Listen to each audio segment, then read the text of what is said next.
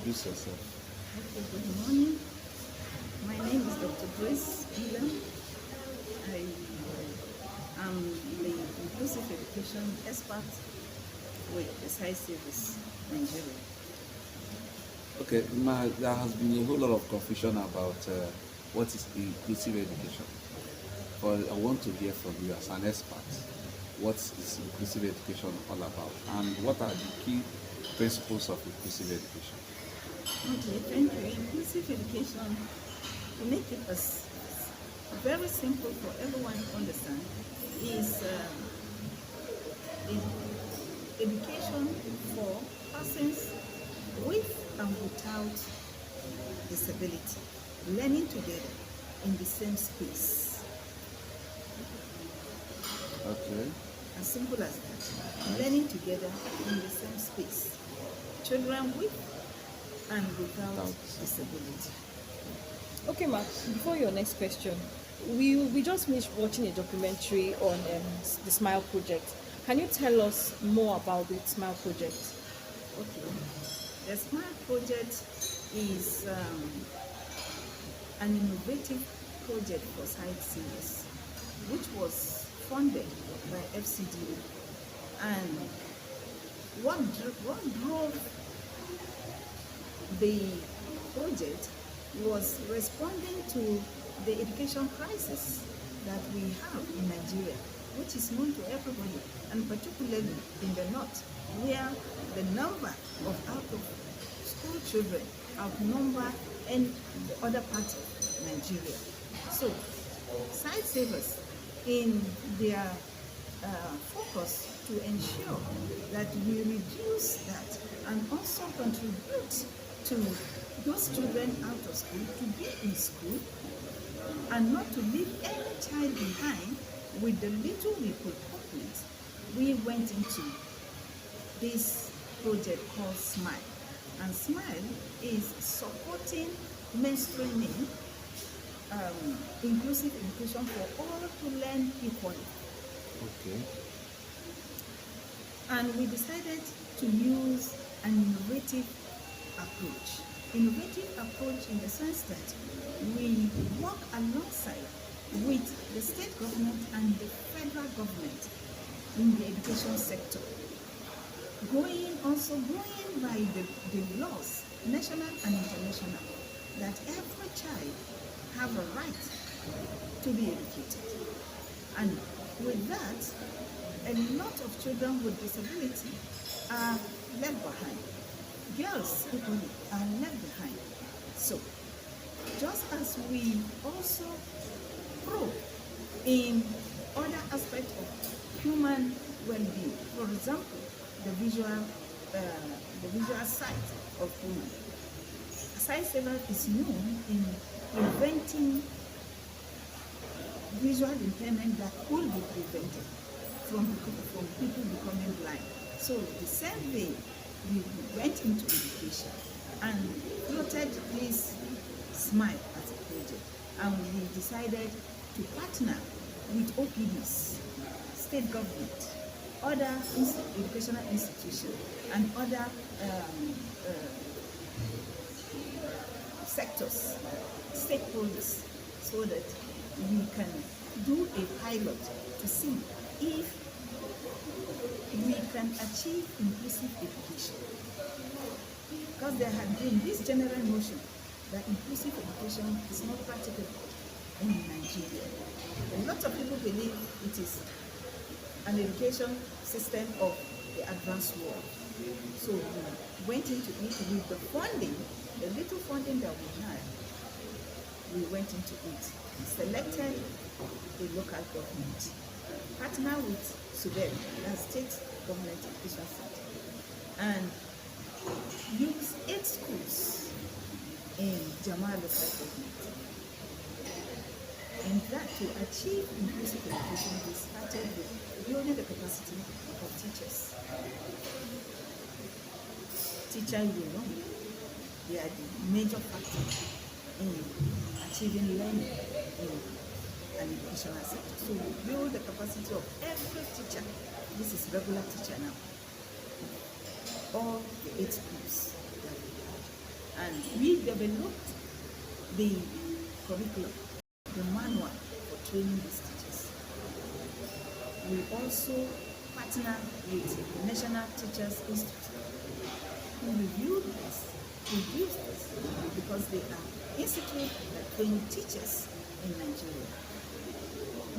Okay. Able to achieve all the teachers in training. Apart from teachers in training, we also train the SBMCs.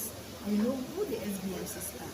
They are a major critical factor in ensuring that these children with disability come to school. They created awareness, they helped in retaining these children in school because they stay with them.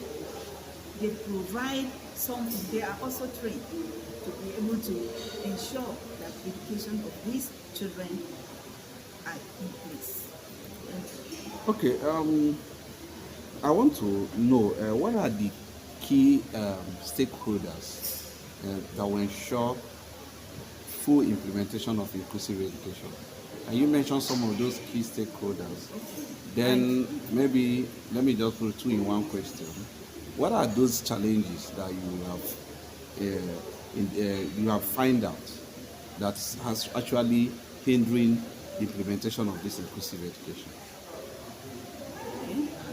When we say stakeholders, first of all, I have mentioned that we did not go alone. We went to the educational system. So we partner with Ministry of Education, SURED, NTI, NRDC,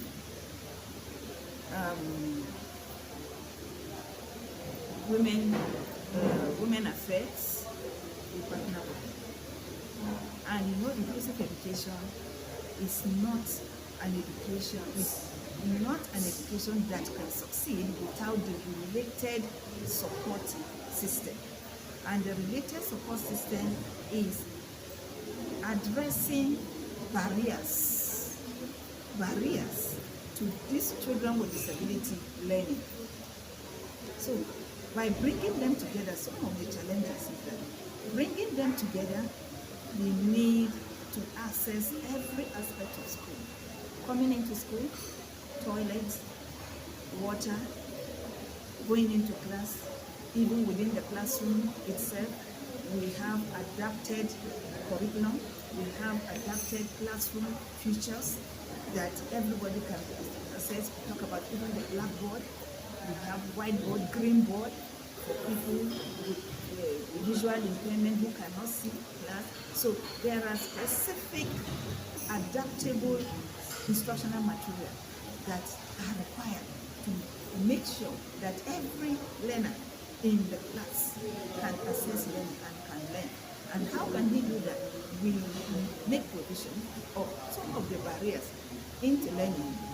We adapt such barriers to reduce their access to learning. Even the teacher number one is trained to understand the specific need of every child in class, so that he will now adapt the methodology that he uses to suit the learner in class. So when we talk about stakeholders, we have to bring everybody around. Okay. I think for the last question, so that we don't keep you so. Yes. What are these, especially those working around the education sector, the strategies they will take in order to have effective implementation of inclusive education? Yeah, thank you. The policy on inclusive education is already reviewed. It's already in the process of being signed into law. It has been there since 2013.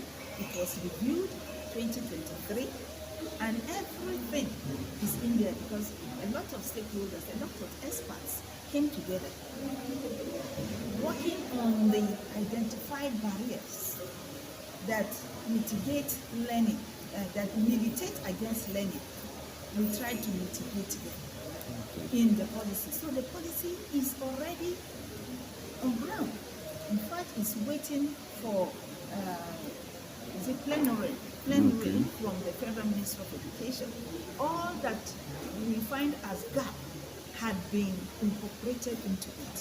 And so now that the federal government is very interested in it, we believe that as soon as it has been passed, implementation mechanism will be set in place.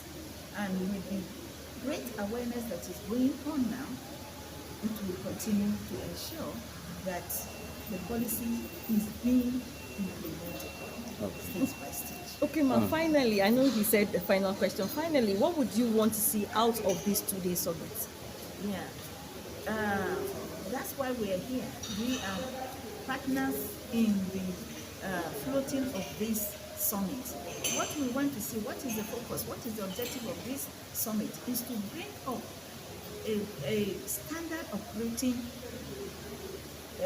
procedure to ensure that inclusive education advocates are singing one Same voice, song. Okay. as saying one voice. So we are coming together. Like it was said, we will argue, we will see things in the right way and come up with what is the right way that inclusive education can be operated in Nigeria.